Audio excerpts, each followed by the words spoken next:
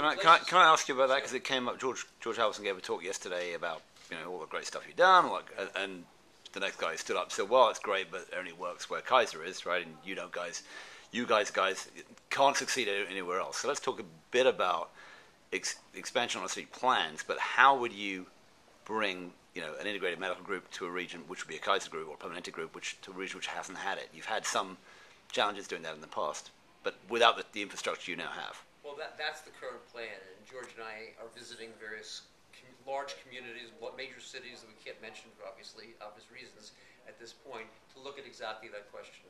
And part of why I'm the CEO in California, and part of why I became the CEO of the medical group in the Mid-Atlantic was to be able to transport the learnings that we picked up over basically 60 years, with the changes that we'd implemented over 10 years. We've now done it here in 2 years.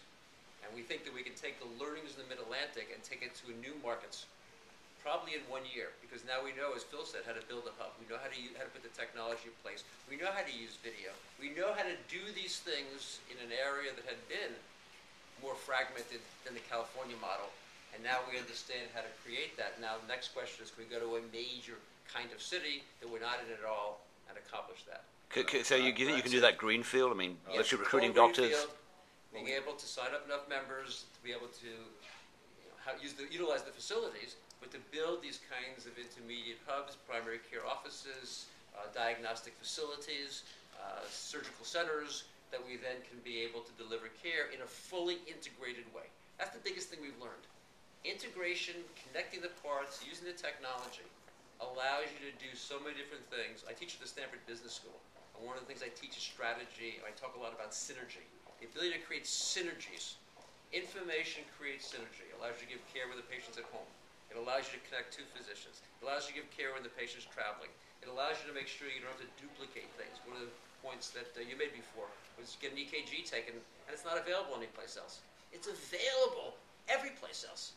You may live up in Baltimore, you may work in DC, you may decide to head out to Annapolis for the weekend, and the information is available in the Kaiser Permanente at every single one of those sites. It's so powerful, and because the information is available, we can now do the prevention wherever you are, whenever you are. In fact, we occasionally get a funny letter from a patient.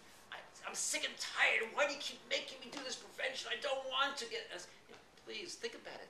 Think about your children. Think about your parents. If you don't get that mammogram, you die of breast cancer. It's not just you. Please get it. That kind of opportunity simply can't exist without that connectivity. And that's what we can bring that is unique. Sorry. Your question is important. And from a corporate strategy standpoint, there is a lot of growth in our current regions that we have yet to tap, and an enormous amount of opportunity. And if you look at Atlanta, you look at the DC market, there's clearly opportunity for us to grow our membership in those regions in particular, and many of our other regions. There's also adjacent markets to those regions, within the region, to expand our facilities and our footprint. In terms of new cities, we're not going to Chicago tomorrow, although maybe they'd like us there. And potentially there's an opportunity for us there in a city like Chicago. That's not in our immediate plans. So I want to be very clear not to mislead you that we're looking to go to a major metropolitan area over the next 6 months or year. But our immediate plans do include leveraging the models that we're describing in our current markets to allow us to continue to serve those markets and expand in those areas. And that's in our immediate plans. But you could also consider, if we were to take that model, which is to say, I'm going to build another medical building, I'm going to build another clinic in a current market, you could lift that and put it in a new market if we chose to do that. And that's certainly something that Robbie was describing. And we're always exploring those opportunities. And we will have grown almost 20,000 members in the Mid-Atlantic last year.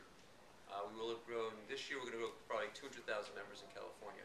So as Phil said, we are definitely in an expansion mode relative to market share internally. But the question you raised is the right one. How do we take this 21st century healthcare and make it available in other communities? I tell this story a lot. I had the chance to speak to the IBM board of directors. And there's a woman on there who's, I think she's the publisher of 80 different magazines. So she's a very, very prominent individual. I don't want to tell you any more for privacy kinds of reasons. And I was describing we offer our patients the ability to email directly to the physicians, to make the online appointments, to check the data. And she said to me, Robbie, that's your platinum plan, isn't it? I said, no, it's the platinum plan. We actually have Medicaid members. join us, they get the same thing. And she said, why can I, as the CEO in New York City, not get the same care that you provide to your Medicaid patients in California? There's something not right about this picture.